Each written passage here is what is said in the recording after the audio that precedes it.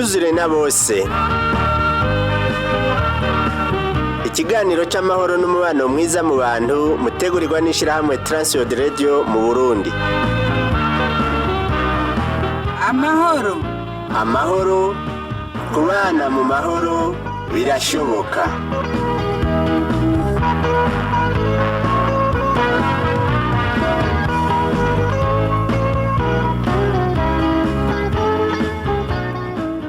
Ndakora mu kijenshi mugenzi mukunza kino kiganiro ca Twuzure na bose, ikiganiro c'amahoro n'umubano mwiza mu bantu utegurirwa n'ishirahamwe Transworld Radio y'u Burundi.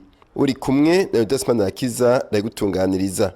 Mu kiganiro c'uno munsi mugenzanje Bertrand aganira n'umutumire wacu Pasteur Manirakiza Onesphore aho bavugana ibiranga umukristo w'ukuri. Birashoboka ko ushobora kubaho witiranya ibintu ubonye umuntu akoze iki canke kiriya ukavuga ngo eheraba bajya abakristo ivyo bakora ubifatiye muri rusangi. Nakagero ko kumenya koko umukristo w'ukuri uwari we n'ibimuranga ivyo ari vyo. Nagira gutumirira gukurikirana kino kiganiro kugira ngo ushobore kumenya kubitandukanya. Reka rero mugenzanje Bertrand abandanye.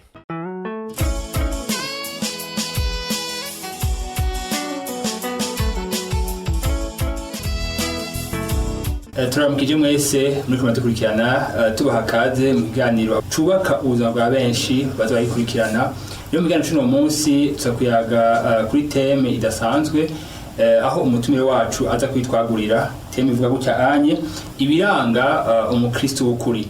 Rero kubwiyo mpamvu ndashaka ndamuhe umwanya yidondora ariko adukurikirana.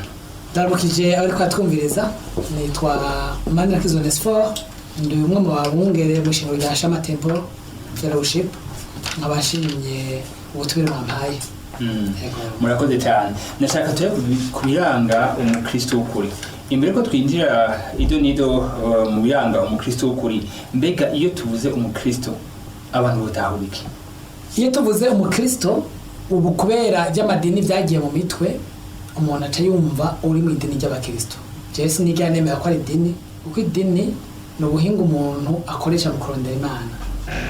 Mugabo abakristo si umuntu arondera Imana, ni Imana yarondeye umuntu. Rero n'utwitaba idini mu by'ukuri ni kujaniranya mu mvugo. Rero tuvuze mu Kristo tuja tugenda mu byakozwe n'intumwa 11:26.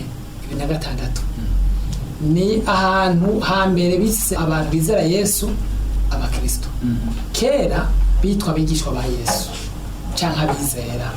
Mugabo bibiri tugira ngo muri Antiokia niho hantu ubwa mbere abantu babise abakristo. Byari bifite insobanuro.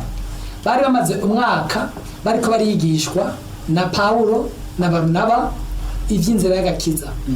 Barahinduka gose mu nyifato zabo no mu kuntu bameze gushika babita abakristo. Mu by'ukuri bavuga ati abantu bameze nka Kristo. Babantu bizigira Kristo bagenda nka Kristo. Je insiguro nziza rero si idini ry'ubukristo, ni y'abantu bameze nka Kristo, ni y'abantu ubona ko arabigishwa ba Kristo. Mbega turi ngaho bonye ko kwisaba ngo nko mu gihugu kanaka ati abakristo ni benshi, hari pourcentage zingana n'ibyo abakristo nko mu Burundi kumva ko ni pourcentage nyinshi cyane gose. Mbega mushobora kudutandukaniriza umukristo n'umunyedini? Ico kibazo kirakomeye gose kandi nukuri kubabaje. Umunyedini ni umuntu yemeye kuja mu isengero ryitirirwa ry'abakristo, mugabo akaba atakijijwe. Sinzi ko mu cyo kintu bitawe. Umwanditsi umwe arakwanditswa igitabo vuba wo muri Amerika avuga ngo abakristo batakijijwe. Mu kinyamazu yacite The Unsaved Christians.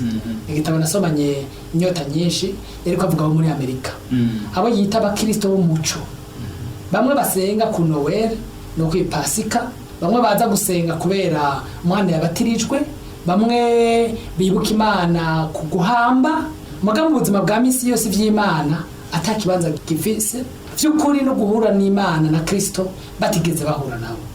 Aba rero no mu Burundi barahari sinzi uko bakora kuri gituma kubera igihe ubukristo bwaza mu Burundi bwaje ku gitsure no kwitegeko. Uwatuzaniye ubutumwa bwiza yazananye n'uwaje kudutwara umukoroni. hanyuma afata abari bakikuje umwami arabirukana amukikuza abemera Imana abakorera Imana. Umwami bamugira umukristo ku ngufu mu vy'ukuri, nawe bacamutegeka yuko afata abakristo bose abarundi bose abahindure abakristo. Burya rero umugabo atemeye ko umukristo yaracirirwa umukenke, yarakugwa mu bandi bagabo. Rero abantu baca bemera ba data bacu na basokuru bacu bakurikiye ivy'ubukristo bamwe batavyumva batabisiguriwe. Urumva ko byavyaye umuryango munini uko abantu baza bakinjira amasengero bagakurikirana ivy'Imana bakaturika n'abaporoti muga bataronse akaryo ko kwihitiramwo iyo nzira bo nyene babigomvye. Nuko rero ni wacu mu Burundi ubukristo n'umuco. Hari abantu bafite ubukristo bw'umuco ku buryo umuntu mubwiye uti wewe nturi umukristo yavuga ati urangaye, handi bacha bitamana abashenzi ubuza kuja mu mushenzi. Hari abantu bavuye mu bushenzi kugira bamere nk'abandi muga batigeze bamenyana n'Imana, novuga batigeze bamenya icyo Imana yakoze inzira y'agakiza ngo bihitiremo hanyuma bahinduke. Cyane ni kibazo kinini cyane. Barabaho rero ngabo abakristo batubita abakristo bo kwizina nibo bakristo b'abanyedini. None nk'ngaho mu gihugu cacu bavuze ngo nk'ibice 90 kwijana ngo bari abakristo, mbega byaba byavuye ngaho nyene muco cimwe mace bitanga. Ego nibaza ko bavuze ko ibice byo kujana abakristo mu Burundi baraba abiyitirira idini y'Ukristo cyangwa ishengero y'Ukristo. Abakatolika nibo benshi hanyuma abaporoti n'icyo baraba. Ubajije abantu mu yinzira ukabavuze mbewe uri umukristo nibakiba kuba ati sindi umukristo. Wobwirwa n'amizirima gusa n'abarundi bake bimvuga kuri abandi bose bakora abakristo. Nivyo rero urabona uvukura umwana ukavukira mu idini bakakubatiza utarabimenya ukaja gukomezwa hanyuma kabigumamwo wivuyemo umengo urahemutse n'ikintu cy'umuryango nivyo. Ariko tugize ubushakashatsi nari mu babugize na jenda mugo sinari umurongozi nari uja kurondera amakuru mu 2004 twagize ubushakashatsi bwavuga tuti ni bande basenga kwa Mungu. Nuko hari mu ntambara nitwarose amahirwe gushikira bose nko twagomba, ariko ibiharuro twaronse 30% b'abarundi nibo basenga kwa Mungu. Urumva tuve kuri 90 tugiye kuri 30 harimo abaporoti n'abakatolika. Yego harimo kwihenda kubera hari mu gihe c'intambara, ariko 30% ni bake. Woja muri abo rero 30% baje gusenga, mbega bazi ivyo barimwo bafashe ingingo atagahato karimwo ni bangahe? Muri Kenya baci basanga 17%. Rero nivyo dufise ikibazo cyo kuzazanirwa gutyo mugabo uravyumva yuko niyo mpamvu uvuga uti ni gute ubuzi burimwo abakirisu mugaka babiturire. Ego ni gute amashure abayigisha bose bitwa abakirisu mugo kumva abana batwaye inda ukumva ibintu byagonze nabi. Ni gute sinzi kubona ni gute ubutungane babwidogera mugabo wagenda kuri abacamanza n'abakozi bo mu butungane bose bafite amazina y'ikirisu. Nico rero beka byo kuri nibo canke harimo abanyedini. Ni ikibazo cyane muvuze gutyo honye ndumva ko ari ikibazo kinini cyane kandi gikomeye. None kugira umuntu ahinduke umukristo imbere yo kuri bigaragaza ba umukristo nuko ari kintu bayabaye bigenda gute kugira ngo umuntu ahinduke umukristo. Ikintu cya mbere kiba cyabaye aba yumvise ubutumwa bwiza. Cyangwa Imana mu Roma 10:9 havuga ngo niwatorana kanwa kawe ko Yesu ari umwami cyangwa Yesu ari umwami ukizera mu mutima ko Imana yamuzuye mu kwimo bapfuye ucukizwa. Rero umuntu aba umukristo cyangwa akizwa cyangwa ahinduka wemewe n'Imana igihe yumvise ubutumwa bwiza hanyuma akabwizigira. Ubwo butumwa bwiza nabwuvuga iki? Uvuga ko Imana yo yaremye umuntu, hanyuma bakavuga yuko umuntu we wari umunyavyaha yabimogoreye. Nimwe twita ibyaha by'inyanduruko y'abakatolika cyangwa abaporotije turabihuriza ko adashobora kwikiza. Hanyuma tukatuvuga tuti Imana yoyo kuko igororotse kandi ari y'urukundo ntiyaretse umuntu gutyo, yamurondereye incungu. Njo gituma yarugitse umwana wayo Yesu Kristo cyangwa Yesu Kristo muri ino si. Yohana 3:16 ukuri ko Imana yakunze bari mu isi ko tumitanga umwana wayo kinege umwizera wese ntapfe rubi ahaguye ngo budashira. Hanyuma bwa kane umuntu rero wese yizeye icyo kimazi cyatanzwe kubera yatsinzwe n'ibyaha by'uwiwe akizigira ati ntacyo nokora ngo nikize, hanyuma akizigira icyo Imana yakoze aca avuga bwa kabiri aca kizwa. Hema cyakora mu rugo bwiwe bya byo bica biharirwa agaca atari imbuto ya mwemu itangura kwamba ivyamwa muri we nuko twita gukizwa. Rero benshi babyitiranya no kubatirizwa, benshi babyitiranya no kuja ku rusengero, bigenda ibimenyetso bigaragara hanze k'icabaye indani muri wewe. Rero iyo ugaragaje ibimenyetso hanze kandi atacabaye muri wewe, ni nkuko uvuga uti, ni nkuko ufata ikintu bagisiga izahabu ukavuga ahantu huzuye izahabu kandi indani atayiriyo, ubugombye gukubesha.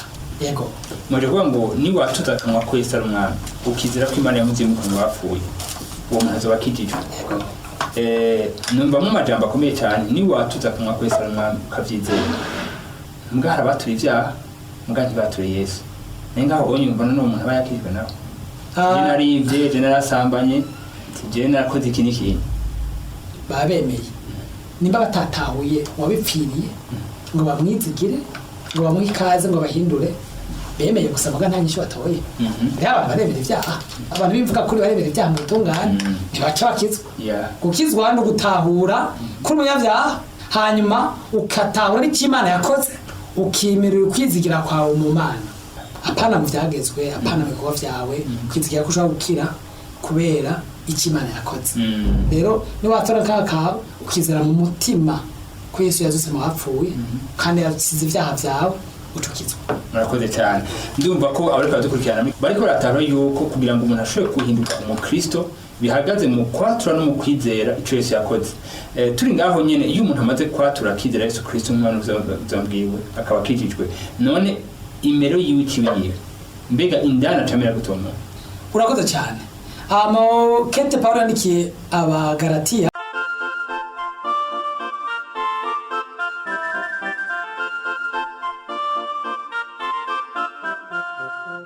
ingo n'imiryango. Kaza mu kiganiro c'ingo n'imiryango utegurirwa n'ishirahamwe Transworld Radio y'u Burundi. Ikiganiro kirimwo inyigisho n'impanuro ku buzima bw'ingo n'imiryango.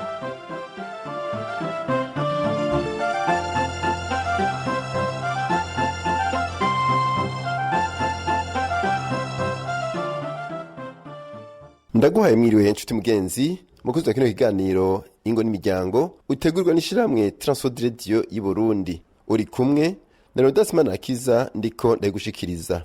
Mu kiganiro giheruka tuwaganiriye ku bibazo bituma abantu barondera abagore barenze umwe. Twarabonye ibitari bimwe kandi twarumvise n'intahe zitandukanye bagiye baradushingira. Mu bishinga ntahe twumvise, Nyandwi Eric yaratubwiye ingene byari bimeze mu rugo rwiwe gushika naho yipfuza guharika, ariko mu kurambere abajije ingene yo bigenza aramuhanura amubwira yuko ivyo bitomworohera ko guharika atamugisha urimwo kandi atobishobora kuko akiri muto, ngo yahise mu guca yomoka araturugo, ahanini abuze icubahiro gihabwa umugabo n'umwumvikano mu rugo. Ariko iyo yagiye ntivyamworoheye, yarahavuye aragaruka mu rugo, hanyuma indunduro ya vyose arahava arihana ivyaha, eka n'umukenyezi wiwe arihana. Mbega none bamaze kwihana ca cubahiro yarondera yahavuye akironka? Reka tubandanye tumumviriza. None mumaze gukizwa ca cubahiro caragarutse? Tumaze gukizwa ubu ibintu novuga ati byaciye biba bishasha, nka kurya twatangwe mu ntango ati none mengo abakiri bato kumengo usanga bakundanye, bamaze gukura naho kandi ugasanga mengo barakundana.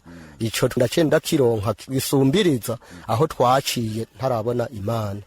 Ubu ni vyiza kandi turashima, kandi ndacengera ni ku ntambwe ntari bwashike ko kugera mu yisaha. Bose bari baramaze kusa n'abanca mu muryango ngo je ntaco maze nduwo guterera hirya, kurumva ntaco ndari bamariye, ntaco nari nitayeho. Mugabo ubuho Yesu amaze kumubonera budani mo ndatambura mu bandi, mbona kumengo ndi umunyacubahiro, mbere barimo barambona bambona nkumengo ndafise ibirenge by'abandi, kumbe ari bito kubera uri mu Mana bakubonamo vyinshi. Yego. Be gutambura no kuvuga iki? Gutambura ni kurya ufata urugendo ugiye nk'ahantu, nko gupagasa ufashe urugendo nko kunova ati mfata urugendo, ariko gutambura ati ngene nk'iyo hirya za Ruyigi za Gitega za hehe, niko gutambura. Muraho cyane. None mwebwe mwumvise iyi ntahe y'umushinga ntahe Eric Nyandwi adushingiye, mwebwe hari ico muyongerako? Esperance. ego ibyo ariko aravuga nibyo. Hari abakenyezi benshi baciye mu rugo baca bifata uko batari. Umugabo muha amategeko, harya abantu b'abagabo barakeneye icubahiro, barakeneye kwitabwaho kuko baragoye, bameze nk'abana batoya, ndetse tubaharura nk'abana b'imyaka 2. Baragoye kuko urabamesera, urabasasira.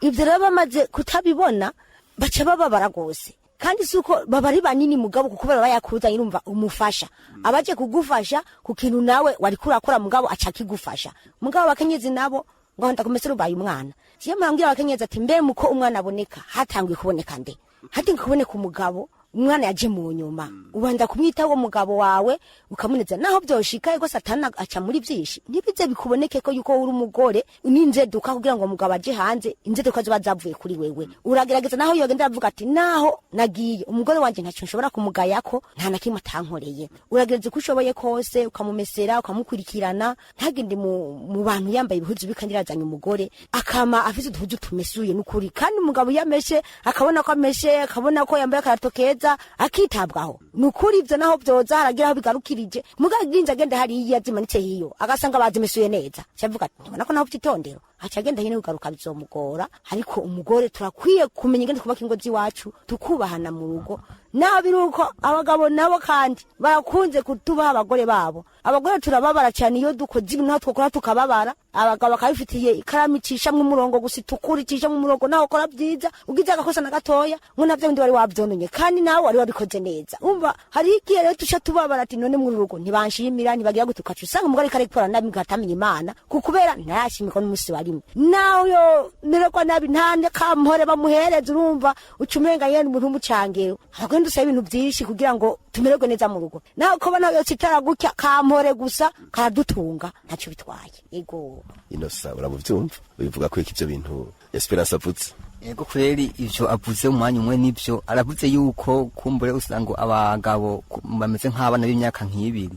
Sanze ko icyo kintu avuze nico uko je mpaye ndaba abantu b'abagabo keshi na keshi mpaye dufashe biga bishe byijana abantu keshi na keshi ingozi zimira nk'izisambuka cyangwa zikasubira inyuma bivanye n'intuze nico nyene cyo kusanga abagore keshi batahura abaribo. Usanga rero nka 30 kujyana basanga keshi n'abagabo nyene babise imitima mibi bafise izindi baje mu marigara bakahanurwa n'abandi kumbure impanuro zitari zungani keshi usanga beshi biva kuko n'abagore babafata muhiye usanga ari cyagomba rero kuza kuraba nyene abo hanze kumba bamfata neza mugani abata atihanganye ne kwerisho kintu kwerisho babuze nico uko najewe ico ugenda buze ko mazi imyaka 13 nubatse niyone maze najewe ico caranciye ko mu myaka nk'itanu ya mbere aze rero keshi na keshi genda bese sasa mbere umugore akiva nk'imuhira wewe abazi yuko aje gutegeka ntanike harura kumbura hada kantu batanga kagashimwe kabavyeyi ico gasigura wewe kumbure wewe amengo aje nkumengo mwongana aje nkumengo agomba ko mungana ntatahure wende ko ari umugore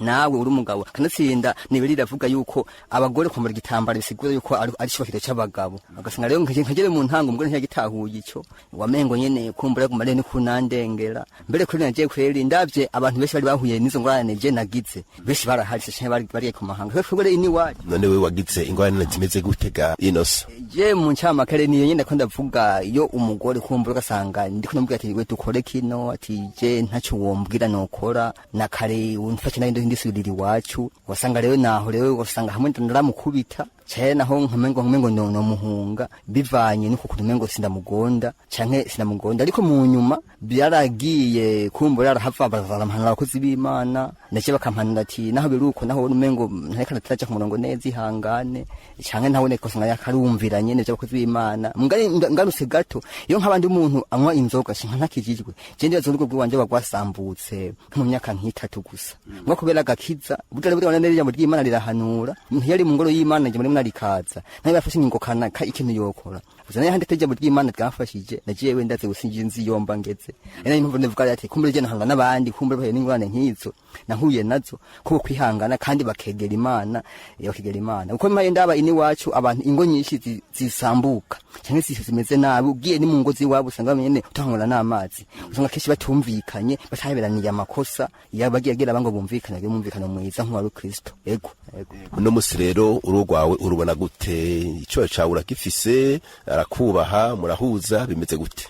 Sawa jere ngereranije niyo myaka 5 ya mbere kuba umaze 13 ngareranije ubu aho ngeze ndabona yuko hari ikintu congeye ko cyane ubu ni sawa naho nyine atakashaka gucanga ni mu mitende utubona twinko biragenda naho bwo nta muntu yabaye yo kwishima ushoye kushika nkiyo yabona twati aba naho biruko bafise umubano kumbure ubu bufise agace k'ubukristo bivanye ngonije na mbere nk'abantu banzi ngaha mu kibanda ashaka kumenya kuvota kuri ivyo kiravuga nivyo kucyariye Bravo cyane Godasi ivyo inosavyo vyo ucivuga kwiki urumva ngo iyo bitagenda neza mu myaka nk'itanu ya mbere cy'itatu ya mbere ruba rwarasambutse ariko kubera ijambo ry'Imana ngo ruracubatswe bivuga kwiki ico no bivuga ko icavuze kirumvikana turavye ibisambura urugo n'ibintu bitandukanye turavye mu rugo rw'umuntu umukenyezi canke umugabo hatabaye ibiyago ikiganiro mu rugo urugo ntuteba gusambuka ariko haciye habaho ibiyago bakayaga hakabaho imbabazi hakabaho hagati Imana urugo ruca rurama ariko atabiganiro bihari urugo ntirurama kandi bituma umuntu arenga ibigo n'ibintu bitandukanye nk'aho mperereye hariho abagabo barenga ibigo iyo umukenyezi yibarutse urura rumwe akavyara bigeme gusa ntavyara abahungu kenshi umugabo arakunda guta urugo akaja inyuma y'ibigo ngo agiye konda umwana w'umuhungu n'umukenyezi nawe nyine ashobora guta ibigo yabonye aguma avyara urura rumwe agaca ata ibigo akagenda kurondera bagiye kurondera uwundi mwana w'umuhungu cyangwa umwana w'umukobwa bigatuma umubano utamera neza none rero bafise Imana baca baja hamwe bakagirana ibiganiro bakabiha Imana kandi byose bakabishikiriza Imana hama Imana byose ikabigenza neza hanyuma ikindi gituma urugo rusambuka nkuko yamaze kukivuga kudaha icubahira umugabo hariho n'igihe kandi n'umugabo ataha icubahira umugore atamugurira agahuzu atamugurira akarato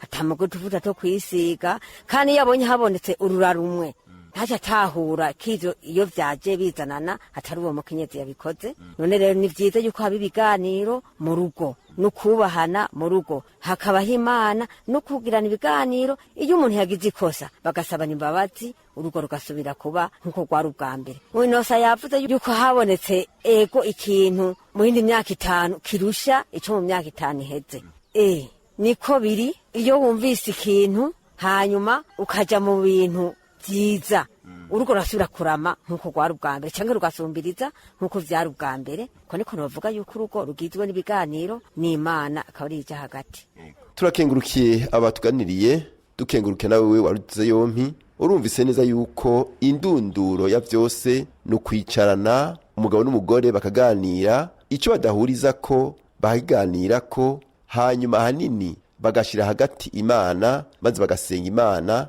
ntacobuza urugo rutubakika neza iyo hagati muri go bahashize Imana rero turashimiye abaduteramishije dushimiye nawe watuze yompi ufise icubazo cyo wunganira telefone ni 71 amajana 24 ijana na 97 canke 69 amajana 499 amajana 619 canke udusanga aho dukorera ni mwirohero ya mbere ibarwa gitiriwe Gerere inimero 27 noko rero Leonidas Manakiza mwari kumwe ndagusize nakwifuriza ijoro ryiza naho butaha